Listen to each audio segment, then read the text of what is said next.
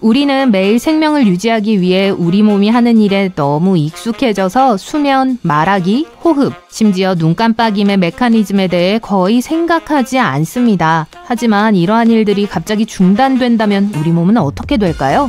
문제가 발생하기까지 얼마나 걸릴까요? 침묵의 서약을 생각해 본 적은 없지만 가끔 말을 완전히 멈추면 어떻게 될까 궁금할 때가 있습니다. 언젠가는 영원히 목소리를 잃게 될까요? 콜롬비아 대학교 전문가들의 의견을 들어보세요. 우선 성대는 근육입니다. 따라서 성대는 유지를 위해 가끔 운동이 필요해요. 말을 멈추면 시간이 지난 후에는 근육이 약해지기 시작합니다.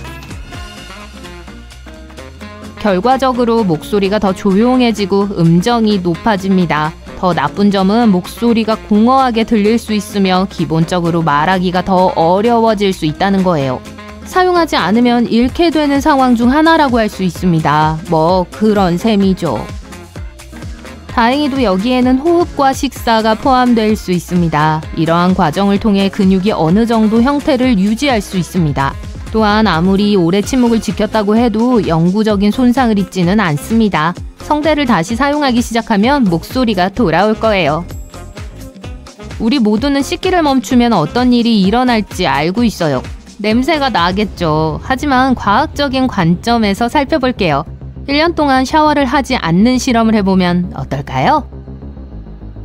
피부 타입에 따라 처음에는 매우 지성이거나 매우 건성 피부가 될 수 있습니다. 귀 뒤나 목과 같이 신체에서 가장 기름기가 많은 부위는 먼지와 오염물질이 쌓이고 색이 변하기도 해요.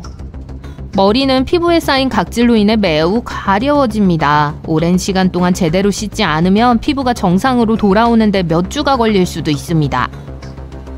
일종의 휴가처럼 들릴지 모르지만 침대에서 한 번도 일어나지 않으면 어떤 일이 벌어지는지 살펴봅시다. 이러한 변화를 가장 먼저 느끼는 기관 중 하나는 폐예요. 중력이 폐를 표준 위치로 끌어당기지 않으면 폐의 아래쪽 부분이 구겨질 거예요. 하지만 가끔 기침을 하면 이러한 효과를 줄이는 데 도움이 됩니다. 더 나아가 매주 골밀도가 약 1%씩 감소하기 시작합니다. 이렇게 되면 뼈가 더 약해지죠. 중력을 경험하지 않고 몇 달 동안 우주를 떠돌아야 하는 우주 비행사가 하루에 최소 2시간 이상 움직이고 식단에 칼슘을 충분히 섭취해야 하는 이유이기도 해요. 근육량에도 동일한 1%가 적용됩니다. 허벅지와 어깨의 운동 부족의 영향이 가장 먼저 나타나기 시작할 거예요. 이전에 근육으로 이동했던 미사용 당분은 약 10일이 지나면 혈액 시스템에 축적되기 시작합니다. 한 달 내내 침대에 누워있으면 심장이 박동할 때마다 혈액을 30% 적게 펌프질하게 됩니다. 체내 산소 공급량이 줄어들고 더 피곤함을 느끼게 되죠. 한 달 내내 침대에 누워 지내는 상황에서 놀라운 일이 아닐 수 없습니다. 숨을 너무 오래 참으면 어떻게 될까요? 타임라인을 살펴봅시다. 첫째, 뇌의 산소 수치가 감소하고 이산화탄소 수치가 높아집니다. 일반적으로 우리 몸은 숨을 내쉬어서 이 가스를 꽤 빨리 제거합니다. 약 60초가 지나면 신체의 세포가 평소와 다르게 행동하기 시작합니다. 모든 신체 부위가 갑작스러운 변화에 영향을 받게 돼요. 심장이 불규칙하게 뛰기 시작합니다. 이때 호흡을 시작하지 않으면 실신할 가능성이 높습니다. 다른 많은 포유류와 마찬가지로 인간도 잠수 반응을 가지고 있습니다. 이 반응은 자동화된 메커니즘이 내장되어 있습니다. 이는 긴급 상황에서도 뇌에 항상 충분한 산소가 공급되도록 합니다. 이 잠수 반응은 얼굴이 물속에 들어갈 때마다 더욱 열심히 작동하기 시작해요. 하지만 이 반응은 마른 땅에서도 일어날 수 있습니다. 주요 목표는 어떤 대가를 치르더라도 뇌가 계속 기능할 수 있도록 하는 거예요. 따라서 신체는 다리나 팔과 같은 비필수 신체 부위의 혈액을 모두 뇌로 보내도록 명령하죠. 눈을 깜빡이지 않거나 눈을 충분히 자주 깜빡이지 않으면 어떻게 될까요? 첫째, 각막의 크기가 커질 가능성이 높습니다. 각막은 우리 몸에서 유일하게 혈액이 공급되지 않는 부위입니다. 하지만 제대로 기능하려면 여전히 산소가 필요해요. 그리고 산소는 공기에서 바로 공급되죠. 그건 그렇고 그래서 잠을 잘 때 각막이 약간 부풀어 오릅니다. 그렇지만 아침에는 정상으로 돌아와요. 그리고 눈물막이 회복되지 않아 눈이 건조해지기 시작할 수 있습니다. 이것은 무엇을 의미할까요? 대부분 약간의 통증과 흐릿한 시야가 나타나요. 눈을 깜빡이는 것은 눈의 먼지와 이물질을 제거하는 데도 도움이 됩니다. 눈꺼풀을 움직이지 않으면 이물질이 눈에 끼어 심각한 손상을 일으킬 가능성이 높습니다. 우리는 씹는 것을 당연하게 생각하죠. 하지만 생각해보면 씹는 행위는 소화의 첫 번째 단계예요. 씹는 행위는 섭취한 음식을 잘게 부수어 위가 더 쉽게 처리할 수 있도록 도와줍니다. 덜 씹거나 액체로만 식사를 한다면 소화기관뿐만 아니라 놀랍게도 턱 근육에도 해를 끼칠 수 있습니다. 규칙적으로 씹는 동작을 하지 않으면 얼굴 모양이 금방 바뀔 거예요. 또한 씹는 행위는 위가 산도를 높여야 할 때를 알려주어 음식물을 더 잘 처리할 수 있도록 도와줘요. 감각은 일상생활에서 큰 부분을 차지합니다. 인간의 뇌에 대한 놀라운 사실이 있습니다. 한 가지 감각이 상실되거나 손상되면 다른 감각이 훨씬 더 예민해질 수 있습니다. 시력이 좋지 않은 사람은 더 잘 들을 수 있고 청각에 문제가 있는 사람은 시력이 향상될 수 있죠. 최근 연구에 따르면 뇌는 실제로 스스로 리모델링하여 한 가지 감각이 손상되거나 상실되었을 때 다른 감각에 더 많은 힘을 부여할 수 있다고 합니다. 미세회충에서 이 사실을 발견했어요. 회충은 촉각이 좋지 않을 때 특이한 행동을 보여요. 그런 다음 후각이 매우 예민해집니다. 그리고 아주 희미한 냄새가 나는 먹이를 찾아냅니다. 마찬가지로 일부 시각장애인은 박쥐와 공통점이 있습니다. 놀랍죠? 전 놀랐어요. 이러한 사람들은 기본적으로 향상된 청력을 사용하여 세상을 더 효율적으로 탐색하는 방법을 배웁니다. 빛이 없을 때 박쥐는 1년에 빠른 딸깍 소리를 냅니다. 내장된 음파 탐지기를 사용하여 길을 찾는 방식이죠. 우리 뇌는 860억 개의 뉴런이 있습니다. 일부 부품에 장애가 발생했을 때를 대비한 백업 계획이 있다는 건 놀라운 일이죠? 또 다른 궁금증이 생깁니다. 왜 처음부터 우리의 감각이 발달하지 않았을까요? 우리는 분명히 이 능력을 가지고 태어났습니다. 왜 기본적으로 활성화하지 않는 걸까요?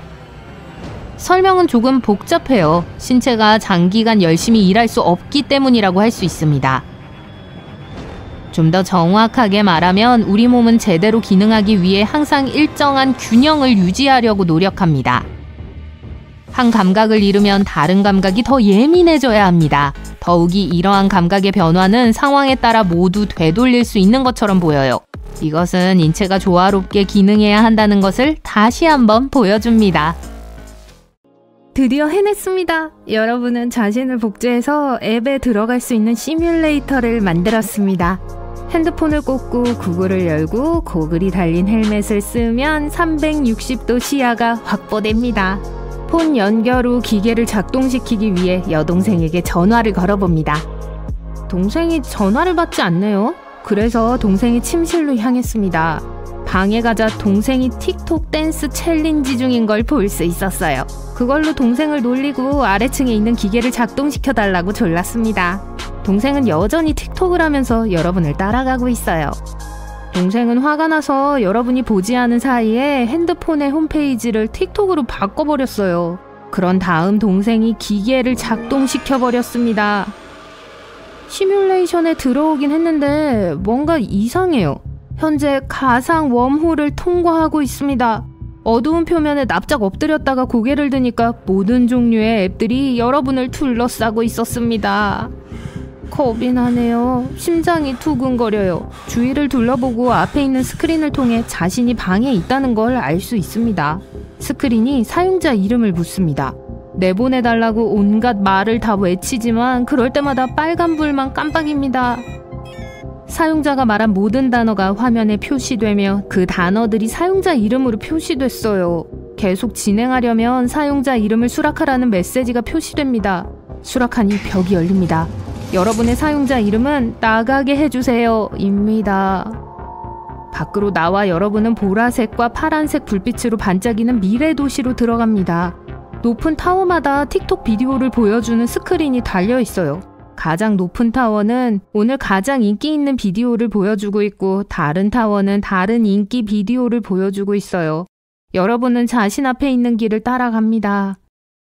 그 길은 여러분을 가상의 타임스퀘어 한가운데 있는 군중 속으로 인도했습니다. 모든 사람들의 머리 위에는 사용자 이름과 자기소개가 적혀있는 동그라미가 떠다니고 있어요. 또한 팔로워 수에 대한 정보 역시 보여주고 있습니다. 이 사람들 대부분은 팔로워의 수가 많지 않아요. 그리고 그들은 자신의 프로필 사진과 비슷하게 생겼어요.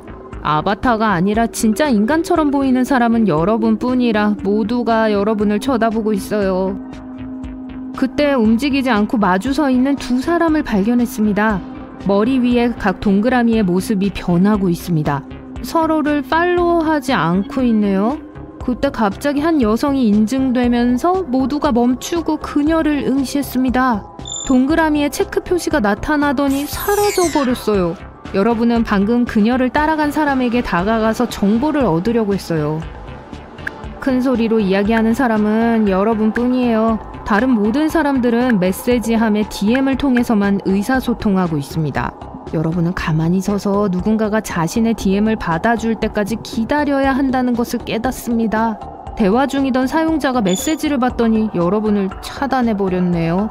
다른 대화를 시도했지만 그 사람은 멈춰있더니 그냥 떠나버렸어요. 몇몇 사람들이 여러분을 특이한 방식으로 보고 있다는 사실을 깨닫게 되었습니다. 그 사람들은 여러분을 미행하기 시작했어요. 이들은 어디에나 있어요.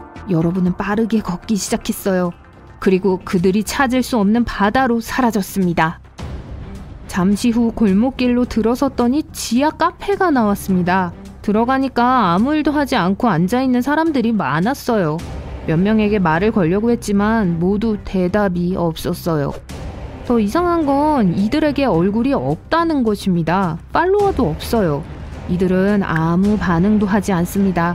그리고 만약 소통을 시도하려고 하면 그저 광고만을 내보낼 뿐이었습니다. 그리고 방에 있는 화면을 봅니다. 자신의 얼굴이 나오고 있어요. 틱톡이 여러분을 노리고 있습니다.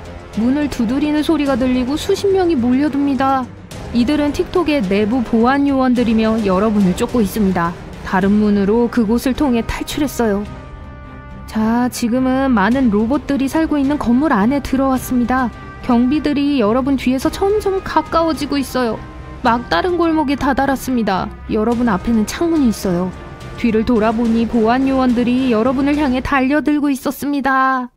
창문 밖으로 뛰어내릴 수밖에 없었어요. 달리기를 시작했어요.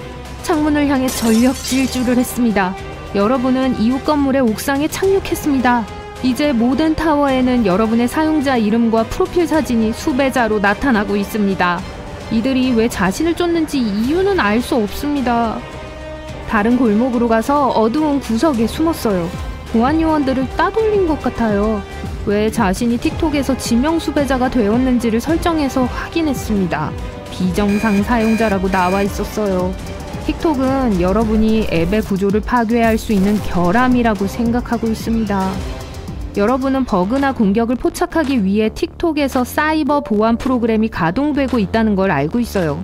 설정을 열었지만 설정이 차단되어 아무것도 할 수 없습니다. 검색을 열고 여동생의 이름을 입력했습니다. 파란색 체크 표시가 달린 인증된 사용자였군요. 추적하기가 어려울 겁니다. 여러분은 다시 나가서 동생을 찾습니다. 몇몇 사람들이 돌아다니는 소리가 나서 재빨리 골목길을 떠났어요. 군중 속으로 숨어 들어갔습니다. 더 이상 과한 행동은 할 수 없었어요. 그렇지 않으면 자신에게 관심을 끌게 될 테니까요. 모든 유행하는 비디오가 존재하는 해시태그 에비뉴에 도착했습니다. 지금까지 아무도 여러분을 알아채지 못했어요. 가장 인기 있는 해시태그는 맨 위에 있습니다. 거기까지 가려면 꽤 걸어야 해요. 여러분은 영상 대부분을 훑어봤지만 여동생은 찾을 수 없었어요. 그리고 그때 동생이 춤을 추고 있었다는 것을 기억했어요. 그래서 해시태그 댄스를 확인하고 동생을 찾아보기로 했습니다. 동생이 이전에 찍던 영상이 가장 인기 있는 영상 중 하나라는 것을 알게 되었어요. 마침내 그녀를 찾았지만 보안 요원이 여러분을 막았어요. 그리고 해시태그 에비뉴를 따라 여러분을 쫓습니다. 여러분은 다양한 트렌드 비디오에 무작위로 등장하게 됐어요. 막다른 골목에 다다르니 보안 요원이 여러분을 잡았습니다. 그들은 여러분을 한 방으로 데려갔어요. 거기에서 정보를 얻어낼 셈이었죠. 이들은 여러분이 보시라고 생각했어요. 하지만 여러분은 틱톡에서 가상으로 자신을 복사하기 위한 기계를 발명한 거라고 계속 설명합니다. 믿지 않는군요. 결국 이들은 여러분을 제거하려고 했지만 효과가 없어요. 어떻게 해야 할지 궁리를 해보지만 절대 쫓아낼 수가 없어요. 여러분을 다른 시설로 이송하려는 동안 겨우 이들의 시야에서 빠져나올 수 있었어요. 몰래 도망쳐 여동생을 찾기로 했습니다. 이번에는 정말 조심해야 해요. 틱톡이 여러분을 찾고 있어요. 사용자들도 해시태그에서 여러분을 봤기 때문에 주의를 기울이고 있습니다. 갑자기 대형 카메라가 튀어나와 여러분을 찾으려고 하네요. 실수를 하면 틱톡에 영원히 갇힐 수도 있습니다. 여동생을 찾기 위해 마지막으로 한 번만 더 시도를 하기로 했습니다. 위장하기 위해 모자와 자켓을 찾았어요. 이제 다른 사람들이 여러분의 활동을 탐지할 수 있기 때문에 그 누구와도 상호작용할 수 없게 됐어요. 하지만 동생이 여러분을 꺼내려면 이 기회를 잡아야 해요. 결국 여러분은 해시태그 에비뉴로 돌아가서 여동생에게로 향했습니다. 가장 인기 있는 틱토커들 중 몇 명이 함께 어울리는 모습이 보이네요. 여러분의 동생도 거기에 있었어요. 경비가 삼엄하기 때문에 조심해야 합니다. 잠시 후 여러분은 천천히 동생에게 다가갔어요. 그리고 동생을 옆으로 데려갔습니다. 채팅 옵션을 활성화하고 지하실로 내려가서 시스템 연결을 해제해달라고 했어요. 하지만 마지막 몇 마디를 끝내기도 전에 보안 요원들이 여러분을 쫓으며 달려오기 시작했습니다. 하지만 이번에는 모든 카메라가 여러분을 비추고 갈 곳이 없습니다. 보안 요원에게 자수를 하자 이들은 여러분이 탈출할 수 없는 방으로 데려가 문을 잠갔어요. 걱정하며 앉았습니다. 다리를 떨고 손바닥을 비벼봅니다. 여러분은 동생이 전체 메시지를 받았는지 전혀 알 수가 없습니다. 몇 시간이 지났고 바깥에서는 아무 소식도 없었어요. 어쩌면 그냥 망했을지도 몰라요. 그때 갑자기 동생에게서 알림이 왔습니다. 타이핑을 하려고 하지만 아무것도 작동하지 않습니다. 기분이 이상해지기 시작하네요. 주변의 모든 것이 흔들리고 있습니다. 벽이 번쩍거리는 것 같더니 현실 세계가 보이기 시작해요. 그리고 웜홀에 빠졌다가 정신을 차려보니 연구실 아니었습니다. 숨을 거칠게 쉬면서 최근의 사건들을 정리해봅니다. 틱톡에 반나절 동안 있었던 것 같은데 분명히 현실에서는 30분도 채 되지 않았어요. 정신이 들자 여동생이 핸드폰으로 여러분을 찍고 있는 모습이 제일 먼저 보이네요. 동생은 실제로 어떤 일을 겪었는지도 모르고 입이 귀에 걸린 채로 웃고 있어요. 가장 먼저 몸 주위가 약간 무거워지는 게 느껴져요. 여러분은 마치 부드럽지만 무거운 담요 아래서 자고 있는 것 같아요. 기분도 좋고 아무것도 하기 귀찮아요. 다행히도 여러분이 이 담요로 옮길 힘을 내요. 눈을 뜨니 이상해요. 어떤 푸른 빛에 둘러싸여 있어요. 눈을 비비고 싶은데 손 대신 촉수가 있다는 걸 알게 돼요. 여러분은 겁에 질린 것과 크라켄으로 변한 것이 믿기지 않는 부분은 건너뛰어 볼까요?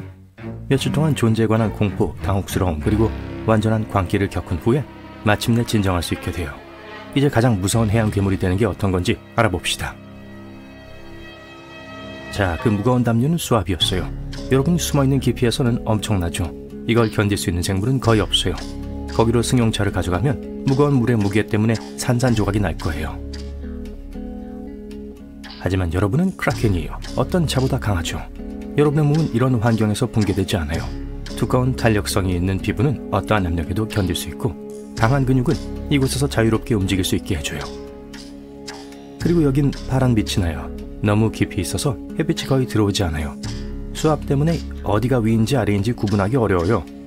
하지만 다행히도 여러분은 망원경의 렌즈처럼 수면에서 오는 빛을 포착할 수 있는 거대한 눈을 갖고 있어요. 보통 사람은 이 깊이에서 어둠 외에는 아무것도 볼 수 없어요. 하지만 여러분의 눈에는 야간 두시경 장치 같은 게 내장되어 있어요. 그래서 이 푸른 빛을 볼 수 있죠. 이 깊이에는 거의 아무것도 없어요. 끝없이 무거운 공허함만이 있을 뿐이죠. 몇 마리 물고기와 침몰한 배들의 잔해를 볼 수 있어요. 여러분이 여기서 만나는 바다 생물들은 꽤 특이해요. 아귀들이 있고 온갖 모든 종류의 투명한 오징어들이 있어요. 생각해보면 여기선 대왕 오징어가 유일한 친구예요. 그리고 여러분은 대왕 오징어들에겐 왕과 같은 존재예요. 일반적으로 해저 가까운 곳에서 노는 건 꽤 지루해요. 자고 먹는 게 다죠. 더 많은 간식을 얻기 위해 더 높은 곳으로 헤엄쳐가는 게 최선일 거예요. 올라오니 여러분 주변의 물이 더 밝아져요. 점점 더 많은 햇빛이 이곳으로 도달해요. 그리고 드디어 바다의 다른 주민들을 만나게 돼요. 거북이, 상어, 해파리, 문어, 가오리는 여러분을 발견하자마자 잽싸게 도망가요. 해파리를 제외하고는 모두요. 해파리는 신경 안 써요. 식사할 곳을 찾다가 물고기 떼를 발견해요. 좋아요, 여기 점심거리가 있네요. 식사를 마친 후 재미로 물고기와 돌고래를 겁주면서 그곳에 머물러요. 촉수를 조절하는 게 마음에 들어요. 10개나 있죠. 여러분이 느끼는 걸 말로 표현하는 건 불가능하지만 손에 있던 손가락들이 당구 큐대만큼 커졌다고 상상해보세요. 그리고 정말 놀라워요. 여러분은 촉수를 보잉 승객기만큼 길게 늘릴 수 있어요. 또 빨판도 있어요. 어떠한 생명체도 여러분에게서 빠져나갈 수 없을 정도로 꽉 잡을 수 있어요. 촉수 덕분에 빠르게 헤엄칠 수 있어요. 먼저 그것들을 다른 방향으로 움직이고 나서 그것들을 함께 누르면서 앞으로 나아가요. 여러분이 만들어낸 강한 물줄기는 모든 물고기를 옆으로 밀어내요. 흰 긴 수염 고래가 있네요. 이것은 세계에서 가장 큰 포유동물이에요. 하지만 여러분 옆에선 강아지 같아 보이네요. 그래서 여러분은 수영하고 먹고 물고기와 다른 해양 생물들을 겁주고 그게 다예요. 인생이 좀 지루하네요. 그리고 얼마 오래 지속될까요? 100년, 1000년? 즐거운 시간을 보내고 싶어서 수면 위로 헤엄쳐 올라가요. 밝은 햇빛에 눈이 거의 멀 뻔했네요. 익숙해지려고 노력해요. 물이 조용해요. 바람이 없어요. 주위를 둘러보니 앞에 작은 점이 하나 있어요. 와, 돛이 달린 커다란 나무 배네요. 마침내 재미를 볼 수 있겠네요. 사람들을 만나 여러분에 대해 빨리 이야기해주고 싶어요. 그래서 배를 향해 행복하게 헤엄치고 있어요. 하지만 만약 누군가가 여러분을 지켜보고 있었다면 아마 꽤 무서워 보일 거예요. 그물에 걸렸어요. 얇아서 쉽게 뜯어서 수면으로 올라갈 수 있어요. 가판에 있는 사람들은 겁에 질렸어요. 소리를 지르고 다양한 방향으로 달려요. 이봐요, 여러분 어디 가요? 그냥 같이 놀고 싶은 건데. 사람들이 엄청 작아 보여요. 어부들은 여러분에게 작살과 도끼를 던지지만 고통이 느껴지지 않아요.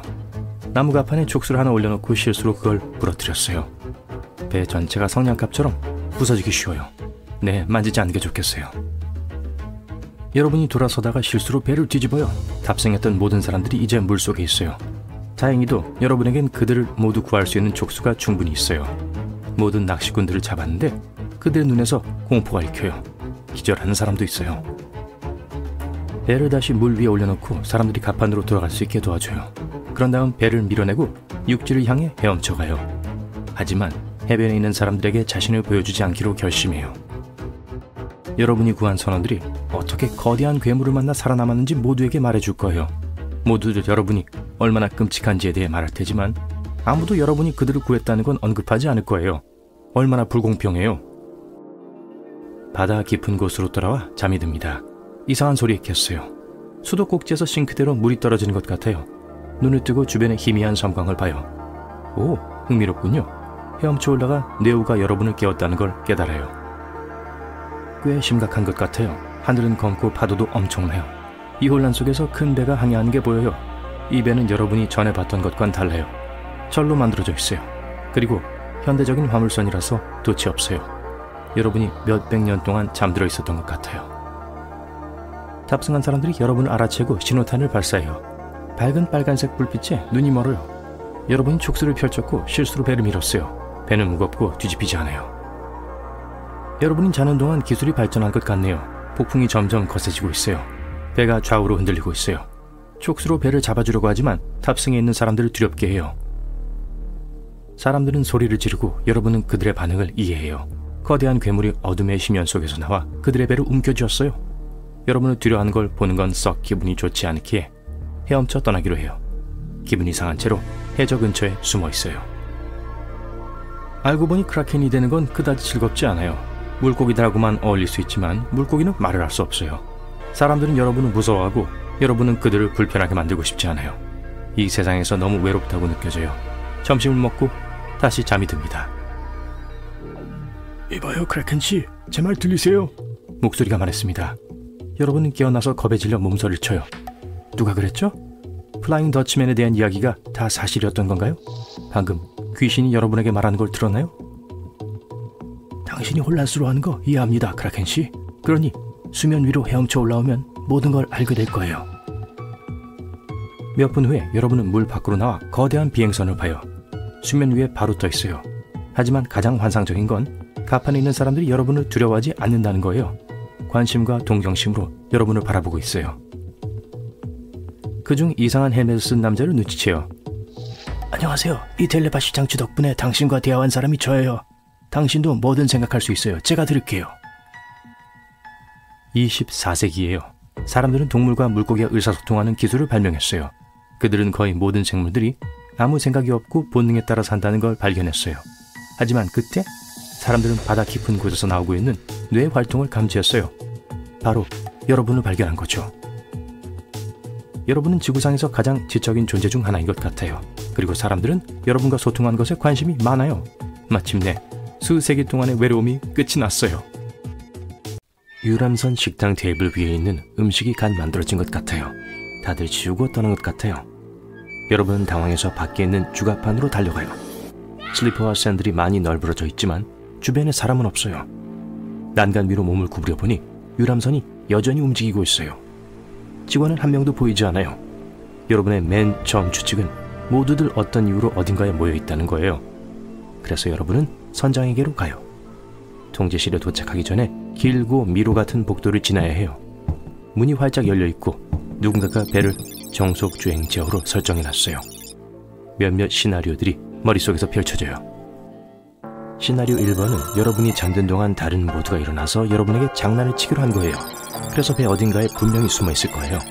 주변에 아무도 없어서 당황하고 있을 때 갑자기 튀어나와 멋진 파티와 케이크로 여러분을 놀라게 할 거예요. 여러분이 생각해낸 두 번째 시나리오는 모두가 유람선 여행을 즐기고 있는 동안 배가 우연히 탑승해 있던 동물을 포함한 모든 사람들과 4차원에 들어갔다는 거예요. 그렇다면 여러분은 왜 두고 간 거죠? 세 번째 가능한 시나리오는 모두가 근처에서 더 좋은 유람선을 발견하고 더 좋은 걸 타기 위해 배를 포기하기로 결정했다는 거예요. 여러분에게 알려주는 걸 그냥 깜빡한 거죠.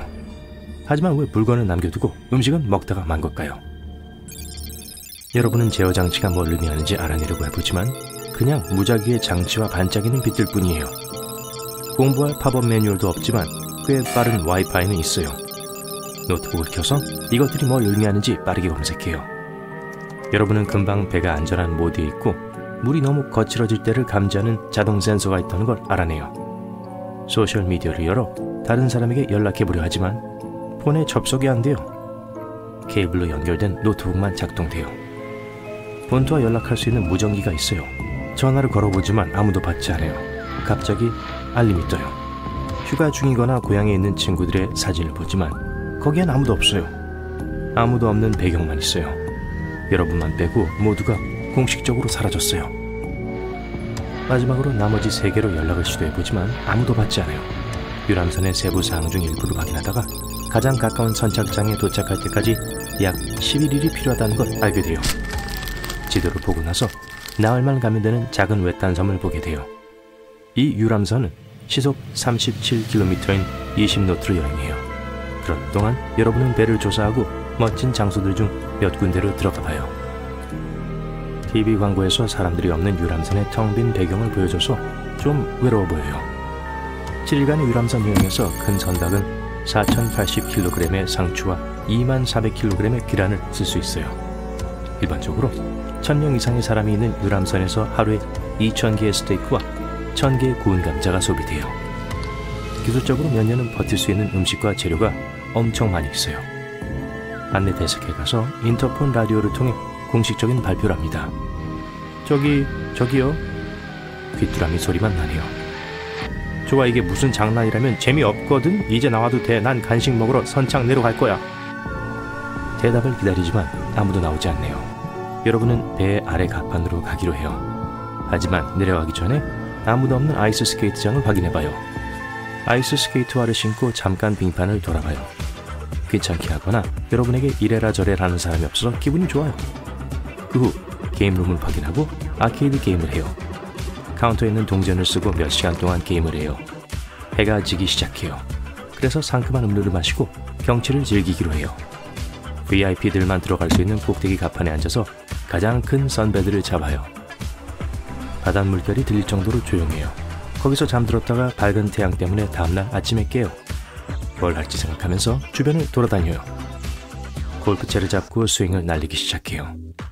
바다에 공을 빠뜨리고 지루해질 때까지 계속 놀아요. 그러다 보니 옆길로 샌 걸 깨닫고 배 아래 가판으로 가려고 해요. 뒹구고 있던 출입증으로 직원 전용문을 확인해 봅니다. 아래로 내려가기 시작해요. 어두워지고 있어요. 전력이 들어오지 않아서 손전등을 들고 방을 둘러봐요.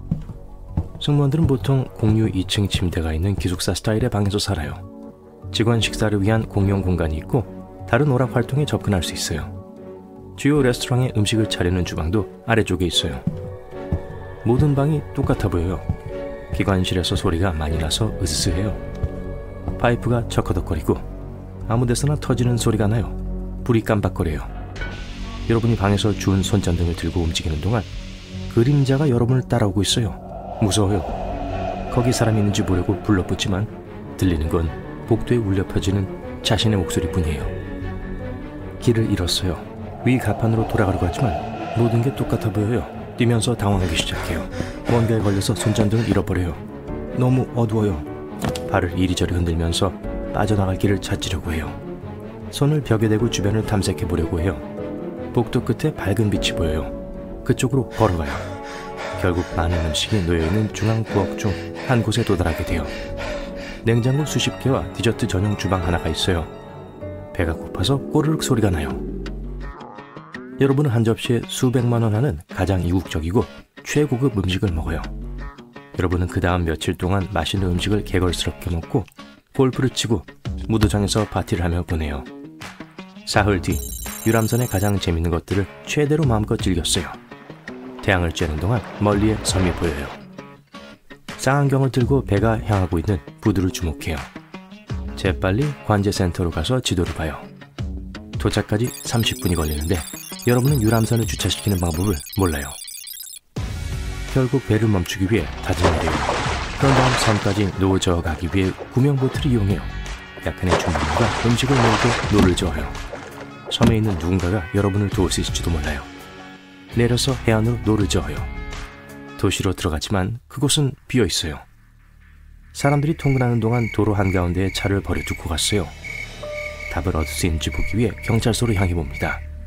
하지만 아무것도 없어요. 몇 달 후 여러분은 섬 전체를 탐험했고 유람선에서 많은 식량을 구했어요. 5년 후 여러분은 섬을 완전히 장악했고 유람선을 제대로 운전하는 법을 배웠어요. 유람선의 그날 이후로 단 한 사람도 본 적이 없어요. 마치 모두가 사라져 증발한 것 같아요. 10년 후 여러분은 라디오 타워에 앉아 있어요. 수염이 많이 자랐고 섬 곳곳에 농작물 밭이 있어요. 여러분은 3년 동안 유람선에 발을 들여놓지 않았어요. 갑자기 라디오에서 모스부호로 신호가 잡혀요.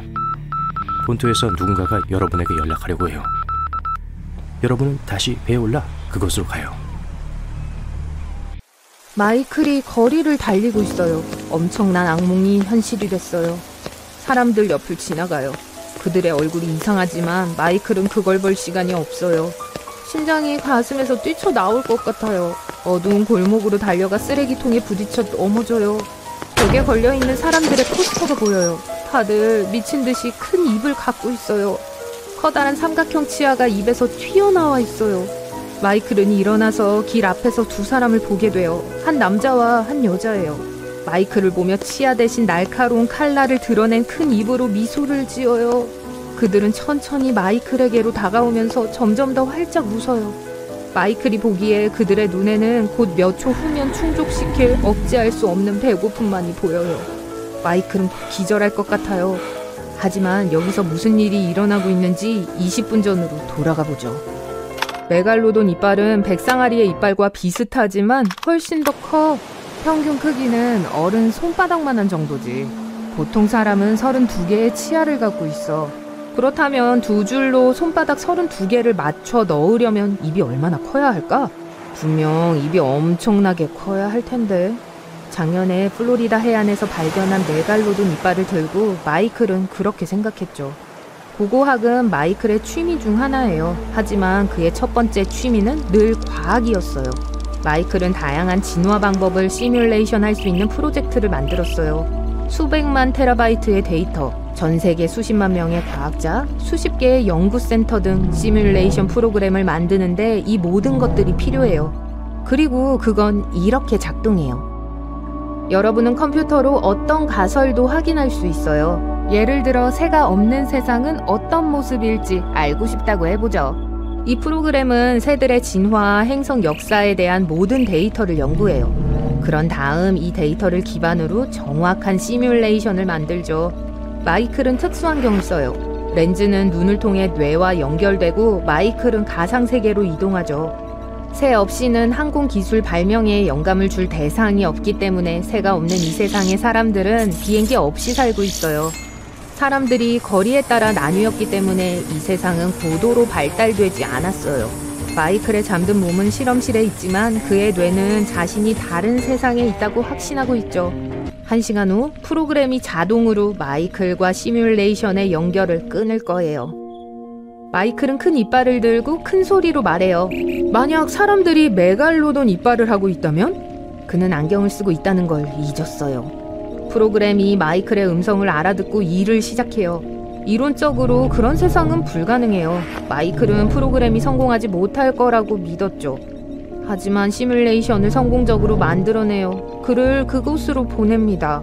이제 그는 1시간 동안 이빨이 나 있는 사람들이 있는 세상에서 살아남아야 해요. 그중 2명이 마이클에게 접근하고 있어요. 마이클을 향해 손을 뻗고 있어요. 마이클이 눈을 감아요. 그는 육체적인 감각이 두려워요. 그의 뇌는 마이클이 시뮬레이션에 있다는 걸 모르기 때문에 고통이 실제로 느껴질 거예요. 이봐, 저기요, 괜찮아요? 남자가 물어요. 뭐가 그렇게 무서운 거예요? 여자가 걱정하네요. 마이클은 깜짝 놀라 그들을 바라보며 대답해요. 당신들요.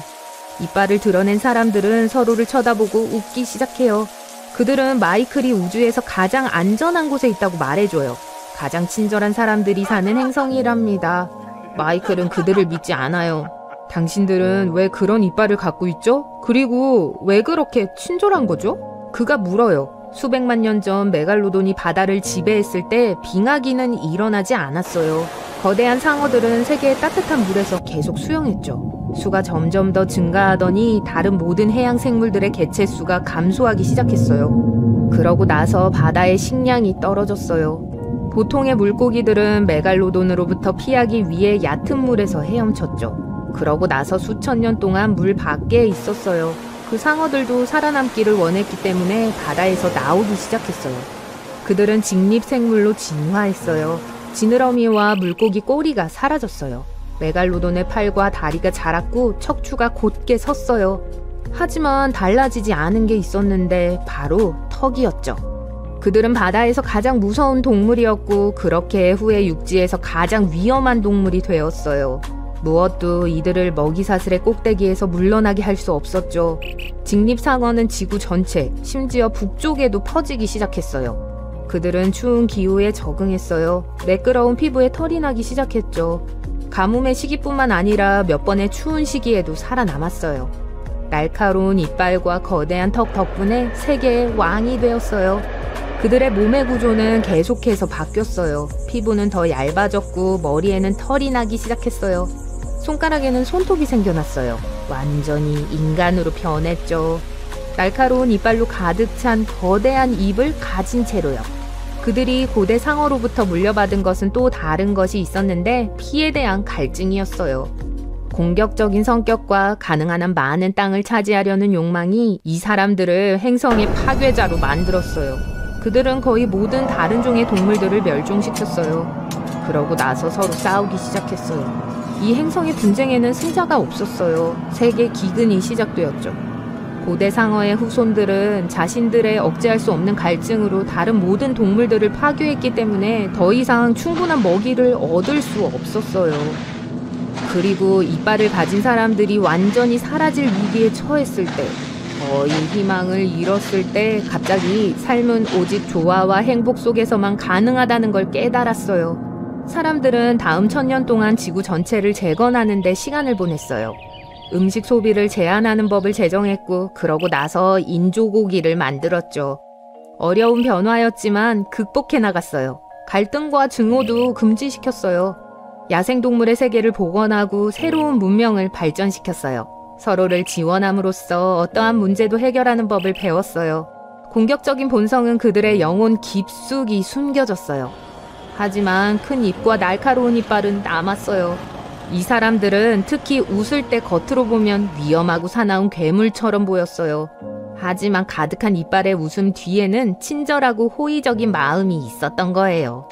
수백만 년 동안 그들은 이빨을 먹는 데 썼어요. 이제 나무를 가공하고 금속을 자르기 위해 이 강력한 턱을 쓰죠. 그들은 또한 이를 집게로도 써요. 모든 사람들이 음식을 자르기 위해 이빨을 쓰기 때문에 그들의 집에서 칼은 거의 찾아볼 수 없을 거예요. 도끼도 만들지 않아요. 사람들은 턱으로 나무를 자를 수 있어요. 추위, 열, 금속, 나무, 유리. 이 중 상어잎을 손상시킬 수 있는 건 없어요. 하지만 그러다가 설탕을 발견했어요. 케이크, 사탕, 그리고 밀크 초콜릿이 심각한 치아 문제를 일으켰어요. 각 도시의 수백 명의 치과 의사들로도 이 문제를 해결하기에는 충분하지 않았어요. 사람들은 치아에 너무 의존적이어서 스스로가 치과 의사가 되어야만 했죠. 모든 시민들은 스스로 충치를 치료할 수 있게 기초 치아과학 강좌를 배웠어요. 치아 문화는 치과 서비스를 훨씬 넘어 퍼져나갔어요. 사람들이 치아에 문신을 하기 시작했어요. 많은 턱들은 화려한 패턴과 그림이 있는 캔버스 같아 보여요. 어떤 사람들은 이빨을 인으로 덮었어요. 어둠 속에서 이 미소가 빛나는 걸 상상해보세요. 사람들은 특별한 장치인 입 확장기로 턱 근육을 훈련시켜요. 고무 패드를 치아에 붙이고 근육을 키우기 위해 고무 공을 씹어요. 매니큐어와 페디큐어 샵 외에도 사람들은 이를 갈기 위해 가게를 방문해요. 치아가 더 날카롭고 강할수록 사람들은 더 친절해져요. 그들은 사소한 공격성도 큰 갈등으로 이어질 수 있다는 걸 항상 기억하고 있어요. 마치 성냥이 휘발유통에 떨어지는 것 같죠. 이것이 모두들 화합과 평화를 유지하도록 명상과 다른 기술들을 연습하는 이유예요. 모두들 아주 깔끔하고 자신을 돌보는 걸 좋아해요. 화장품과 건강한 생활 방식을 좋아해요. 절대 다투지 않고 위험을 감수하지 않아요. 항상 규칙을 따르죠. 이 사람들은 거의 다치는 법이 없어요. 모든 사람들이 안전하게 살아요. 심지어 문에 자물쇠도 없어요. 이 세상은 너무 완벽한 것 같아요. 여긴 아무도 울지 않아요. 아무도 소리 지르지 않죠. 모두 웃고 있고 너무 오래 슬퍼하지 않아요. 그리고 마이클은 어느 정도 안전한 곳에 있어요. 그는 거리를 걸으며 행복한 사람들을 봐요. 마이클은 손바닥에 작게 긁힌 자국이 있어요. 골목에서 넘어졌을 때 생긴 거네요. 그걸 보고 주변의 모든 움직임이 멈췄다는 걸 깨달았어요. 수백 명의 사람들이 얼어 있어요. 다들 마이클을 보고 있어요. 그의 상처를요. 그들의 이빨 가득한 입에서 침이 흘러나오고 있어요. 동공이 확장되고 있어요. 상어 본능이 깨어난 것 같아요. 이제 마이클은 탈출할 기회가 없어요. 그 순간 프로그램은 그를 시뮬레이션 밖으로 내쫓았어요. 일어나셨군요. 하지만 서둘러 눈을 뜨지는 않습니다. 한편 놀라울 정도로 푹 쉰 느낌이 드네요. 하지만 또 몸은 이상하게도 뻣뻣한 느낌이에요. 여러분의 푹 쉬는 침대에서 자는 게 아니기 때문일까요? 잠깐, 대체 어디에 누워 계신 거예요? 드디어 몸을 일으켜 주위를 둘러봅니다. 주변이 너무 깜깜해서 보이는 게 없네요. 모든 건 어제부터 시작되었습니다. 집으로 운전해 가는 길에 라디오에서 뉴스를 들었습니다. 동네에서 가장 큰 쇼핑몰 중 하나가 완전히 문을 닫는다고 했어요. 파산인가 이사인가 그런 문제라고 했어요. 별로 신경 쓰지 않았습니다. 하지만 귀에 들어온 단어가 있었어요. 90% 할인이었죠. 쇼핑몰이 도시에서 꽤 멀리 떨어져 있지만 차를 돌릴 가치가 있다고 판단했습니다. 기억을 조금 더 더듬어 보세요. 이 가게에서 저 가게로 옮겨 다니며 물건을 고르고 돈을 지불하고 쇼핑백이 점점 많아지고 무거워졌던 게 기억이 나네요. 그리고 그 운명의 순간 기억하시죠? 너무 피곤했는데 1층의 구석에 있는 조용한 벤치가 눈을 붙이기에 가장 좋은 장소처럼 보였어요. 분명 잠이 드셨겠죠. 그리고 깨달았습니다. 사람들이 여러분이 있는 줄 모르고 쇼핑몰을 잠가버렸어요. 긴장을 푸세요. 괜찮겠죠. 수백 개의 상점과 온갖 종류의 오락거리를 갖춘 거대한 쇼핑몰이 한 번에 버려질 것 같지는 않아요. 곧 직원 몇 명이 와서 여러분을 꺼내줄 거예요. 주머니에 손을 넣어 핸드폰을 꺼냈더니 오전 11시네요. 공사장 인부들이 이미 쇼핑몰에 들어와야 하고도 남을 시간이죠. 그리고 드디어 어둠 속에서 돌아다닐 필요가 없다는 생각이 드셨군요. 엄지손가락으로 핸드폰의 손전등을 켰습니다. 훨씬 낫네요. 쇼핑몰을 탐험하는 데는 1시간 이상이 걸렸어요. 개미 한 마리 없네요. 조금 낙담이 됐어요. 그나저나 혼자 어둠 속을 헤매는 것도 지겨워서 도움을 청하기로 했습니다. 잠금을 풀고 손가락은 절친의 이름 근처를 맴돌고 있습니다. 그리고 한 가지를 깨달았어요. 오랫동안 이런 상황에 빠지는 걸 꿈꿔왔잖아요. 아무도 없는 쇼핑몰에 갇혀있다니 원하는 건 무엇이든 할 수 있습니다. 그렇게 인생에서 가장 끔찍한 실수를 하게 되었습니다. 핸드폰의 비행기 모드를 켜면 아무도 귀찮게 하지 않을 거고 즐거운 시간을 보낼 수 있을 거예요. 불을 어떻게 켜는지 알아내야 해요. 스위치가 작동하지 않는 것 같습니다. 쇼핑몰을 떠나기 전에 전기의 전원을 차단했나 봐요. 하지만 이렇게 큰 건물이라면 예비 발전기가 있을 거예요. 몇 시간 정도 예비 발전기를 찾다가 드디어 발견했습니다. 이것저것 만져보니 불이 켜졌어요. 문을 열었을 때처럼 밝지는 않지만 그래도 어두운 것보단 낫죠. 그럼 이제 재미있게 놀아볼까요? 어디를 먼저 가야 할지 생각할 필요가 없습니다. 배가 꼬르륵 대잖아요. 슈퍼마켓에 가죠. 샌드위치부터 시작할 거예요. 꼬르륵 소리가 성가셨거든요. 다 먹은 후 쇼핑카트를 밀며 통로를 걷기 시작합니다. 눈에 띄는 건 모두 카트에 넣었어요. 이제 굶어 죽지는 않을 거라는 확신이 들었네요. 이상하게도 카트에 다른 것을 쑤셔 넣을 수 없을 지경이 되었을 때나 드는 생각이죠. 예쁜 카페를 찾아 테이블을 고르고 만찬을 시작합니다. 30분 후 자신이 과식했다는 것을 깨달았어요. 다른 가게를 둘러보러 가볼까요? 저녁 무렵이 되었을 때는 이미 수많은 옷을 입어봤습니다. 이제 그만하죠. 쇼핑몰을 벗어나면 스타일이 확 바뀔 거예요. 비싼 옷이 훨씬 더 잘 어울리네요. 친구와 가족들에게 줄 선물도 골랐습니다. 오락실에서 게임도 했고요. 아이스크림 가게에서 33가지 맛을 모두 맛보았습니다.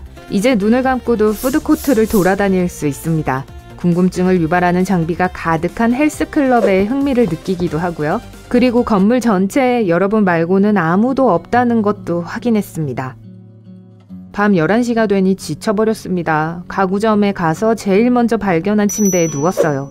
불을 끄고 텅 빈 쇼핑몰의 어둠 속에 남겨져 있고 싶진 않았습니다. 그리고 스스로에게 약속했어요. 내일은 집에 갈 거라고요. 아무도 쇼핑몰을 열지 않아서 가족에게 전화할 거예요. 아침이 되었는데 아무 변화도 없는 것 같습니다. 문도 열리지 않았고 목소리도 들리지 않아요. 그럼 도움을 청해보죠. 주머니에 손을 넣어 핸드폰을 꺼냈습니다. 그리고 소름이 끼치네요. 몇 시간 동안 주위를 둘러본 후 끔찍한 진실을 받아들이게 됐어요. 구조가 될 거라는 유일한 희망을 잃었습니다. 몇 시간 후 쇼핑몰을 빠져나갈 방법이 없다는 걸 인정하게 되었어요. 누가 잠갔는지는 모르지만 모든 문과 창문이 굳게 닫혀 있어요. 전자제품 매장으로 달려갔습니다. 그리고 그곳에는 빈 선반만 남아있네요. 어떻게 이런 일이 일어날 수 있죠? 필요한 가게만 텅 비었다고요? 정말 여기 갇힌 것 같네요. 요가를 몇 년이나 하셨잖아요. 무슨 일이 있어도 침착함을 유지하려고 연습을 했습니다. 그래서 뛰어다니며 소리를 지를 수 있는 5분의 시간을 자신에게 주었어요. 그리고 이제 합리적으로 생각하려고 애를 써봅니다. 필요한 건 모두 있는 것 같아요. 음식, 옷, 책, 세탁소, 매일 바꿔 다닐 수 있는 엄청난 수의 화장실까지요. 수백 명의 사람들을 수용할 수 있는 자기만의 영화관, 볼풀, 오락실까지 있습니다. 1주에서 2주 동안 혼자 지내는 건 그렇게 힘들지 않을 거예요. 결국엔 사람들이 여러분을 찾으러 올 거라고요. 이 결론에 도달한 후 여러분은 마음을 진정시킬 수 있었습니다. 가구점의 구석에 아늑한 공간을 발견하고 가장 푹신한 침대를 선택해 그곳에 두었습니다. 몇 시간 동안 땀을 흘리고 낑낑댄 끝에 드디어 꿈에 그리던 이케아 스타일의 아파트가 탄생했습니다. 기왕 기다려야 한다면 편안하게 기다리자고요. 몇 달이 지났습니다. 기분이 축 처지네요. 하지만 이렇게 비참한 이유는 단지 우울함 때문만은 아니에요. 햇빛이 부족하거든요. 햇빛을 충분히 쬐는 게 얼마나 중요한지를 아주 힘들게 배웠습니다. 기분이 우울해졌어요. 그러니까 평소보다 더요. 밤낮이 약간 뒤바뀌게 되었어요. 잠드는 것이 어렵고 깨어나는 것은 더 어렵다는 것을 깨닫습니다. 태닝 캡슐에서 꽤 많은 시간을 보낸 후라면 건강 걱정은 너무 하지 않아도 돼요. 이제 규칙적으로 몸이 비타민 D를 생성하게 해줄 만큼의 자외선을 받습니다. 하지만 가장 끔찍한 사실은 군살이 너무 많이 쪘다는 거예요. 다시 생각해보니 늘어난 뱃살은 햇빛이 없는 것과는 아무 상관이 없을지도 몰라요. 최근 슈퍼마켓 스낵 진열대를 열심히 찾은 결과일지도 모르죠. 밝은 면을 보죠. 작은 사이즈에서 벗어나게 되었다 해도 쉽게 다른 옷을 고를 수 있어요. 모든 사람들이 이런 기회를 가질 수 있는 건 아니에요. 하지만 여전히 새 옷을 입어야 한다는 걱정이 들 만큼 살이 쪘다는 것을 알고 헬스클럽에 가기 시작했습니다. 매일 신체 활동을 하면 기분이 훨씬 더 좋아지게 됩니다. 놀랍게도 여러분은 더욱 명랑해졌어요. 쇼핑몰 사건 전처럼요. 하지만 외로움은 해결할 수 없어요. 이제 혼잣말을 자주 하게 되었습니다. 아침에는 교체해야 하는 침대 시트에 대해 불평을 합니다. 오후에는 어디서 점심을 먹고 싶은지 큰 소리로 스스로에게 묻습니다. 슈퍼마켓에 갈까요? 아님 다른 슈퍼마켓에 갈까요? 잠자리에 들기 전에 여러분은 자신에게 잘 자라는 인사를 합니다. 그렇게 괴로운 것은 아니지만 그래도 여전히 구조되기를 희망하고 있어요. 거대한 쇼핑몰에 갇힌 지 이제 1년이 조금 넘었습니다. 무인도에 사는 사람과 자신을 비교하게 되었네요. 이 섬에는 편안한 가구와 디자이너 옷이 가득한 거대 옷장, 거의 무제한으로 공급되는 음식이 있어요. 사람도 없고요. 하지만 또 야생동물과 독사로부터 숨을 필요도 없잖아요. 그러니까 그렇게 나쁘진 않죠? 무슨 일이죠? 모든 것이 너무 빨리 움직이는 것 같아요. 일종의 웜홀을 통과하고 있고 멈출 수 없어요. 점점 더 빠르게 움직이다가 마침내 빛이 보입니다. 갑자기 어두워졌어요. 몇 초 후 픽셀화된 세계에서 깨어납니다. 거대한 나무와 바위로 둘러싸인 숲에 있어요. 일어나서 주위를 둘러봅니다. 바람이 불지만 피부에 느껴지지 않아요. 손에 건틀렛을 끼고 있는 게 보여요. 왼쪽에 아바타를 보여주는 버튼이 있습니다. 클릭하자 완전한 복장과 능력치를 갖춘 자신의 모습이 보여요. 숄로 얼굴을 가린 사막에 떠돌이 복장을 하고 있는 것 같아요. 스킨을 선택할 수 있는 옵션이 있습니다. 그걸 훑어보니 모든 상황과 시나리오를 위한 많은 이상한 복장들이 있어요. 여러분이 입고 있는 옷이 환경과 맞지 않는다는 것을 깨닫고 머리를 가릴 수 있는 후드가 달린 로브를 선택합니다. 스킨을 바꾼 후 주변을 돌아다니면서 사람이 있는지 확인합니다. 작은 마을로 보이는 곳에서 소음이 들려요. 그쪽으로 가서 사람들 사이를 걷기 시작합니다. 아바타를 통해 모든 사람의 프로필과 능력치를 볼 수 있어요. 알림이 표시됩니다. 여러분은 365일 동안 이 가상세계에 머무르는 실험 프로그램에 등록했어요. 이 실험을 마친 후 비밀 보물을 찾으면 50억 원을 상금으로 받을 수 있어요. 주최 측에 따르면 보물을 찾는데 1년이 걸릴 거라고 합니다. 시간이 흐르기 시작합니다.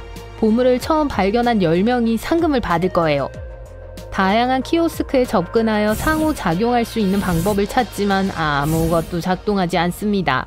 잠시 걷다가 실험의 참가자가 근처에 있다는 알림을 받습니다.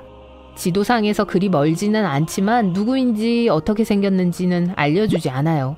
여러분은 캐릭터에게 다가가고 상대가 화려한 옷을 입은 여성 마법사라는 걸 알게 됩니다. 여러분이 말을 꺼내기도 전에 그 여자는 모든 대화가 녹음되고 있으므로 조심하라고 합니다. 그녀는 여러분에게 없는 몇 가지 기능을 보여줘요. 그 여자는 여러분을 다른 메타버스로 이동시킬 수 있어요. 그녀는 포털을 열고 여기 올 때 통과했던 것과 비슷한 웜홀을 통해 무작위로 생성된 현실로 여러분을 데려갑니다. 눈을 감고 어떤 텅 빈 도시에서 깨어납니다. 비가 많이 와요. 메타버스의 미지의 영역에 있다는 알림이 표시돼요. 환경과 어울리는지 살펴보고 옷을 갈아입습니다. 마을 광장에 도착하고 이곳이 메타버스의 어두운 쪽에 있다는 걸 알게 돼요. 그 여자는 여러분이 보물을 찾는 걸 지연시키기 위해 경로에서 이탈시켰어요. 여기로 데려온 여자를 찾을 수 없고 어떤 이유에서인지 다른 메타버스로 이동할 수도 없어요. 실험 참가자 중 2명이 근처에 있다는 또 하나의 알림 메시지가 나타납니다. 머리를 숙이고 걷기 시작해요. 거대한 도마뱀처럼 보이는 실험 참가자와 우연히 마주칩니다. 그는 대화를 나누며 이곳이 안전하지 않으니 자신과 함께 가야 한다고 말합니다. 여러분의 직감은 그를 믿지 말라고 합니다. 그가 여러분을 뒷골목으로 데려가고 무엇이 잘못됐다는 걸 즉시 깨닫게 됩니다.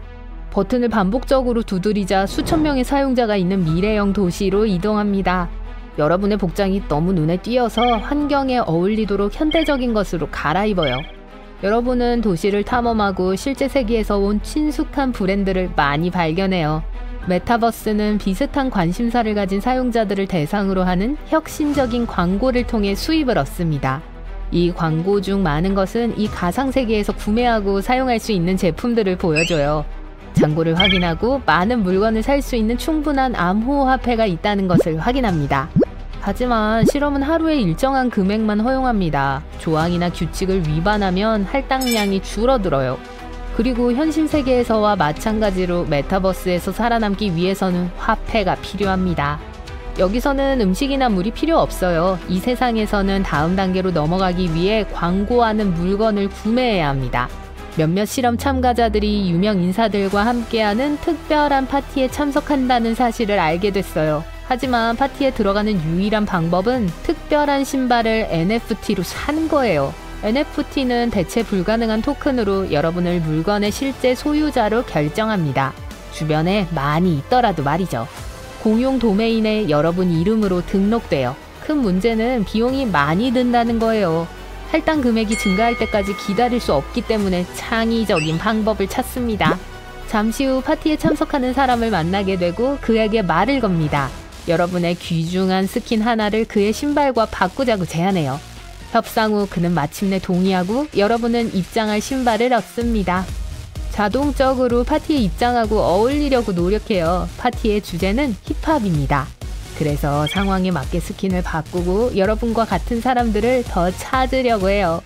운이 없어요. 여러분은 상금에 더 가까이 다가갈 수 있는 첫 번째 단서가 되는 장식품을 발견합니다. 파티에 참석한 사람들은 여러분이 실험에 참가한다는 걸 알아차리고 여러분을 쫓아내려고 하지만 보안을 피한 후 장식품을 집어들고 안전한 곳으로 피합니다. 그 장식에는 앞으로 몇 달 동안 지구의 내 모퉁이를 방문해야 한다고 쓰여 있어요. 아무 메타버스에나 무작위로 뛰어들 수는 없어요. 인접한 메타버스여야 합니다. 그래서 하나씩 메타버스의 다른 곳으로 가서 귀중한 NFT를 수집하는 단서를 찾고 그것을 무작위로 사용자와 거래하여 다른 장소를 열어요. 타는 듯한 사막에서부터 캔디랜드, 그 사이의 다른 모든 장소들을 방문합니다. 몇 달 후 마침내 장식품에 대한 탐구를 완료합니다. 여러분은 마지막 장소에 있어요. 구름 속의 하늘마을이에요. 모든 건 바람과 거대한 새들에 의해 움직입니다. 단서에 대한 알림을 받습니다. 상금이 가까워졌어요. 현실의 문턱을 넘어야 보물을 찾을 수 있습니다. 혼란스러운 채로 머리를 긁적이며 그것이 무엇을 의미하는지 이해하려고 애써요. 갑자기 여러분을 위험한 메타버스 마을로 보낸 여자를 보게 됩니다. 여러분만큼 목표에 가까이 도달한 몇 안 되는 사람들 중 한 명이에요. 그러고 나서 그녀는 군중 속으로 사라집니다. 그 여자가 이기게 놔둘 수 없어요. 그래서 쫓기 시작해요. 그녀가 사람들 사이를 달리는 걸 봐요. 말을 거는 사람들 때문에 지체돼요. 그 여자는 거대한 독수리에 올라타고 날아갑니다. 앞으로 몇 달 동안 어디로 가야 할지 알아내려고 노력합니다. 무언가 놓친 것이 있는지 보기 위해 옛 장소들을 다시 방문해요. 실험이 끝나려면 한 달밖에 안 남았어요. 그때 여러분이 지금껏 모든 것을 잘못해왔다는 걸 깨닫습니다. 임의의 장소로 순간이동을 해서 웜홀에 들어갑니다. 이제 현실의 문턱에 서 있어요. 우주 공간을 떠다니는 동안 텔레포트를 중간에 멈춥니다. 능력치를 열자 숨겨진 단추 하나를 제외하고는 아무것도 액세스할 수 없습니다. 도중에 취소한 여행이 많았지만 이전에는 이런 옵션이 없었어요. 클릭하자 현실과 가상 공간 사이에 있는 자신을 발견합니다. 바로 림보버스예요. 이곳의 모든 것은 진짜 같아요. 심지어 물체의 냄새를 맡고 온도를 느낄 수도 있어요. 하지만 풍경은 뒤집히고 여러분은 떠다니는 대리석 타일을 건너서 다이아몬드에 도달하려고 합니다. 밑에는 불이 있어요. 그게 진짜가 아니고 아무 일도 일어나지 않을 거라는 걸 기억하려고 노력해요. 마침내 끝에 도달합니다. 다이아몬드에 접근하자 가상 공간에 글리치가 발생해요. 다이아몬드를 집어서 인벤토리에 추가합니다. 보물을 얻었어요. 라는 메시지가 나타나요. 비밀 메뉴가 열리고 여러분의 은행 계좌에 있는 50억 원과 로그아웃 옵션이 나타납니다. 그걸 누릅니다. 또 다른 웜홀이 여러분을 현실로 데려가요. VR 안경을 벗고 상금이 가득한 통장을 봅니다. 주위를 둘러보면 나머지 참가자들이 여전히 게임에 참여하고 있다는 걸 알 수 있어요. 시간을 확인해보니 메타버스에 12시간밖에 있지 않았다는 걸 알 수 있어요. 태양을 끄는 게 가능할까요? 예를 들어 만약 지구의 모든 바닷물을 쏟아 붓거나 혹은 그 이상의 물을 부으면 어떻게 될까요? 어디 알아봅시다. 우주는 신비로 가득한 곳이죠. 고대 이래로 과학자들은 우주가 어떻게 작동하는지에 대해 논쟁해왔습니다. 하지만 어느 누구도 한 가지 존재는 의심해 본 적이 없어요. 태양이요. 태양계의 중심이죠. 크고 밝고 불멸이죠? 그렇진 않아요. 사실 태양은 평범한 별이에요. 75%의 수소, 약간의 헬륨, 그리고 약간의 다른 중원소들로 구성되어 있어요. 중력이 이 모든 걸 하나로 잡고 있죠. 하지만 약 50억 년 후에 태양의 수명 주기가 끝날 거예요. 안에 있던 수소가 고갈될 거고요. 우리의 별은 점점 커지기 시작할 거예요. 그리고 그게 얼마나 커질지 상상조차 할 수 없을 거예요. 그리고 근처의 모든 행성들을 먹기 시작할 거예요. 그러면 태양 가까이 있던 게 후회되기 시작하겠죠. 우리를 다 먹어치우고 나면 별은 앞으로 약 10억 년 정도 적색 거성으로 남을 겁니다. 그리고 곧 줄어들어 희미해지면서 백색 외성으로 변할 거예요. 결국 밝고 화려한 행성상 성운 외에는 아무것도 남지 않겠죠. 하지만 겁먹지 마세요. 지금 태양은 생명 주기의 한가운데에 있어요. 약 45억 년 전에 태어났고 거의 같은 시간이 남았어요. 다행히도 우리는 이 별의 가장 좋은, 가장 안정적인 시기에 태어났어요. 다시 말해 걱정할 필요가 없다는 거죠. 그럼 하나 찾아봅시다. 물의 도움으로 태양의 수명 주기를 앞당기는 건 어떨까요? 지구의 모든 물을 모아 태양에 부어보려고 합니다. 우선 양동이가 필요해요. 아니, 이거 말고요. 정말 큰 양동이가 필요할 거예요. 이건 약 13억 6천만 제곱킬로미터의 물을 담을 수 있어요. 워싱턴에서 시카고까지의 거리와 같은 크기일 거예요. 아니면 평범한 양동이밖에 못 찾는다면 약 7,000경 개의 양동이들이 있어야 할 겁니다. 0이 18개 있는 수예요. 좋아요. 마법같이 그런 많은 양동이들이 있다고 해봅시다. 태양을 꺼야 할 시간이에요. 별에 물을 다 부으면 아무 일도 안 일어나요? 진짜로요? 이것 좀 보세요. 태양이 우리에게 미안함을 느끼고 태양 표면에 작은 폭발을 일으키네요. 지구상의 모든 물이 사실 태양에겐 별 볼 일 없는 물 한 방울이었던 거예요. 사람들은 종종 태양이 우리 지구보다 얼마나 큰지 과소평가해요. 실제로는 100만 3천 개 이상의 지구가 들어갈 수 있어요. 그래서 태양은 꺼지지도 않고 차가워지지도 않을 겁니다. 우리가 뭘 했는지도 눈치 못 챌걸요? 하지만 포기하지 맙시다. 어떤 이유에서든지 우린 태양을 정말 끄고 싶거든요. 만약 충분히 물을 많이 부으면 어떻게 될까요? 그리고 충분히란 얼마만큼일까요? 1000경의 양동이 기억하세요? 사실 약 375틸리언 개가 필요해요. 이 숫자에는 0이 27개 있어요. 상상조차 하기 힘든 일이니까 그냥 물이 엄청 필요하다고 할게요. 이제 다시 태양에 다 뿌려봅시다. 우와, 증기 좀 보세요. 하지만 태양이 또 꺼지지 않았어요. 반대로 고마워 하면서 갑자기 훨씬 더 크고 밝아졌어요. 무슨 일이죠? 있죠. 태양은 사실 모닥불이 아니에요. 모닥불과 촛불 속에는 화학적 연소가 있어요. 불에 물을 부으면 물은 불꽃의 열을 흡수해 더 이상 연소 반응을 유지할 수 없을 정도로 식혀요. 불이 산소에 접근하는 것도 맞고요. 기본적으로 물은 화학적 과정을 멈추게 해요. 하지만 태양의 연소는 같은 반응이 아니에요. 우리가 타고 있다고 하지만 꼭 그렇진 않아요. 거기서 일어나는 일은 핵융합이라고 불려요. 우주에서 가장 격렬하고 제일 미친 반응 중 하나죠. 태양 깊숙한 곳으로 들어가면 많은 수소층들이 있어요. 4개의 수소 원자를 가지고 서로 들이받게 하면 하나의 헬륨 원자가 남아요. 태양에 대해 이야기할 때 이 과정은 좀 더 복잡해요. 별이 그 핵융합을 하려고 할 때 양성자는 서로 밀어내요. 이것들을 함께 짜내려면 많은 힘과 에너지가 필요합니다. 다행히도 우주에는 마법의 힘이 있어요. 중력이요. 태양은 태양계 전체 질량의 99.8%를 차지해요. 꽤 무겁죠? 그리고 이 모든 질량이 엄청난 중력의 도움으로 태양을 하나로 같이 잡아주고 있어요. 그래서 중력은 이 작은 수소 원자 1000조개들을 가져와 매일 매 초마다 함께 밀고 있어요. 그리고 이것들이 충돌할 때 약간의 에너지를 방출해요. 그래서 불과 달리 태양은 살아있기 위해 산소가 필요하지 않아요. 수소가 필요하죠. 자, 우리 모두 물이 H2O라는 거 알죠? 수소와 산소로 구성되어 있어요. 그래서 이건 태양에겐 말 그대로 연료예요. 휘발유로 불을 끄려는 것과 같은 거죠. 더 중요한 건 물에 의해 추가된 여분의 질량이 태양을 더 무겁게 만들 거라는 거예요. 이제 중력이 말하죠. 도와줘서 고마워. 그리고 양성자가 서로 더 빨리 충돌하기 시작해요. 그리고 덕분에 이 합성 속도가 빨라져요. 굉장하네요. 우린 태양을 엄청나게 강하게 만들었고 우리를 잡아 먹었네요. 근처의 다른 행성들과 함께요. 그리고 계속해서 물을 붓는다면 태양은 곧 자체적으로 붕괴할 거예요. 바깥층을 날려버리고 블랙홀이 되겠죠. 멋지네요. 이제 내부로 모든 걸 끌어당길 거예요.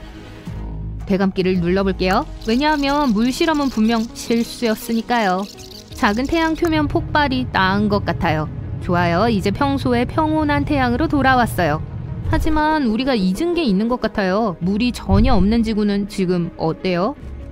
분명 물은 지구상 생명체들에게 아주 중요했습니다. 누가 생각이나 했겠어요? 이제 바다가 있던 곳 주변에 움직이지 않는 물고기와 다양한 해양 생물들이 많이 누워 있어요. 불쌍한 것들. 심해 생물의 경우 급격한 압력의 변화를 견디지 못했어요. 조류와 산호도 말라버렸어요. 잠깐만요. 이것들이 전 세계 산소의 50에서 80%를 생산하는 역할을 하지 않았나요? 이런 산소 마스크를 써야겠어요. 그럼 육지 상황은 어떨까요? 제 말은 이젠 모든 게 다 땅이겠지만요. 하지만 무슨 뜻인지는 아시죠? 와, 여기 핫한데요? 그리고 말 그대로예요. 만약 바다가 없다면 구름이나 비도 없어요. 이제 곳곳에서 산불이 일어나고 있어요. 불쌍한 동물들이 도망쳐 고향을 떠나야 해요. 근데 새로운 집을 찾을 수 있을 것 같진 않아요. 왜냐하면 모든 식물들이 당연히 금방 말라버릴 거기 때문이죠. 지구상에는 말 그대로 살 곳이 남아있지 않을 거예요. 그래서 지금 지구는 거대한 사막 같아 보여요. 하지만 사람들은 수천 년 동안 사막에서 살아왔었잖아요. 그쵸? 어쩌면 어떻게 해야 할지 알 수 있지 않을까요? 아니요, 모를 거예요. 어쨌든 사막에 사는 사람들도 물을 마실 필요가 있거든요. 그래서 지금 모든 곳에 대혼란이 일어났고 생존자들은 마지막 물방울을 위해 싸우고 있어요. 생존자가 있다면 말이죠. 사실 자원을 위해 아무리 싸워도 운명의 끝은 정해져 있어요. 바다는 엄청난 양의 이산화탄소와 태양으로부터 오는 열을 흡수해요. 또 이 열을 지구 전체에 분포시켜 살기에 쾌적하게 만들죠. 하지만 일단 바다가 사라졌으니까 온도가 121도 이상으로 빠르게 치솟을 거예요. 하지만 높은 온도를 잊는다 해도 우리에겐 구름이 없어요. 구름도 우리를 도왔었어요. 태양 복사가 통과하지 않게 하면서 말이죠. 이곳은 세계에서 가장 흥미로운 장소 중 하나예요. 어둠과 수킬로미터에 걸친 물속에서 이 극한의 환경은 몇몇 특이한 생물들과 현상들의 고향이에요. 이곳은 마리아나 해구라고 불리며 지구에서 가장 깊은 해구예요. 탐험이 그렇게 어려운 게 당연했네요. 위험한 상황 때문에 사람들은 적절한 장비 없이는 이곳을 탐험할 수 없어요. 하지만 우리가 저 아래로 강철로 된 공을 던지면 어떻게 될까요? 몇 가지 기본 사항부터 시작할게요. 처음에 바다에서 어떻게 이 엄청나게 깊은 구덩이를 발견했을까요?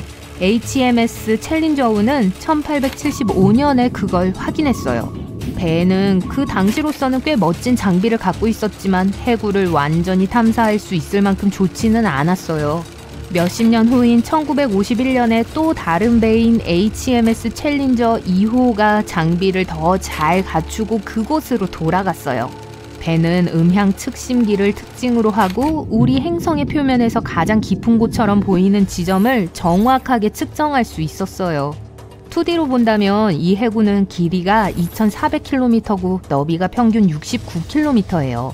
위에서 보면 초승달 모양의 흉터 같아 보이기도 하죠. 아직까진 특이한 건 없죠, 그쵸? 만약 바다 표면에서 해구의 가장 깊은 지점까지 철사를 늘린다면 놀랍게도 11km가 측정될 거예요. 우리가 지구에서 가장 높은 산인 에베레스트 산을 마리아나 해구를 덮기에 물리적으로 움직일 수 있다면 약 1.6km 부족해서 충분하지 않을 거예요. 마리아나 해구는 너무 깊어서 거의 완전한 어둠으로 덮여 있어요. 빛이 물속에서 그렇게 먼 거리까지 통과할 수 없기 때문이에요. 온도도 우호적이지 않아요. 바로 위 영하 몇 도 정도예요. 하지만 그중 가장 위험한 특징은 수압이에요. 해구의 가장 깊은 지점에서 압력의 양은 표준 대기압보다 약 1000배 더 높아요. 마리아나 해구로 내려가려는 시도는 그리 많지 않았어요. 사실 첫 번째 조직적인 시도는 60년도 전에 있었어요. 그것은 잠수정을 탄 제크 피카르와 돈 월시가 해냈어요. 하강하는데 약 5시간을 보냈고 바닥에서는 겨우 20분을 있었어요. 이런 사진은 찍을 수 없었어요. 이 두 과학자가 내려갈 수 있을 때까지 전문가들은 그 아래에 생명체가 존재할 가능성이 거의 없다고 믿었어요. 특히 극심한 압력의 여건을 감안했을 때 말이죠. 하지만 해저에 있는 동안 잠수함의 투광 조명 등이 한 생명체를 발견했어요. 그리고 그건 아주 납작했어요. 상상할 수 있듯이 이곳의 자원은 아주 부족해요. 여기에는 어떤 생물들이 살고 있을까요? 그리고 이런 혹독한 환경에서 어떻게 살아남을 수 있죠? 놀랍게도 마리아나 해구에는 꽤 많은 야생동물들이 살고 있어요. 이 생물들 중 일부는 살기 위해 메탄이나 황과 같은 화학물질에 의존하는 반면 다른 종류의 물고기들은 먹이사슬에 있는 자신들보다 약한 해양 생물들을 먹어요. 여기서 발견되는 가장 흔한 생물은 제노피오포르, 단강류, 그리고 작은 해삼이에요. 그중 일부는 바닷물에서 나온 알루미늄을 사용해 껍데기를 단단하게 만들어 적응했어요. 이 생물처럼 더 작은 생물들은 바닷물이 수중 바위에 부딪힐 때 방출되는 화학물질을 먹으면서 적응해요. 사람들은 야생의 관점에서 마리아나 스네일피쉬를 이 지역의 스타로 여겨요. 8에서 23cm 사이로 작고 반투명하고 비늘은 없지만 이 지역에서는 맹수 중 최상위 짐승이에요.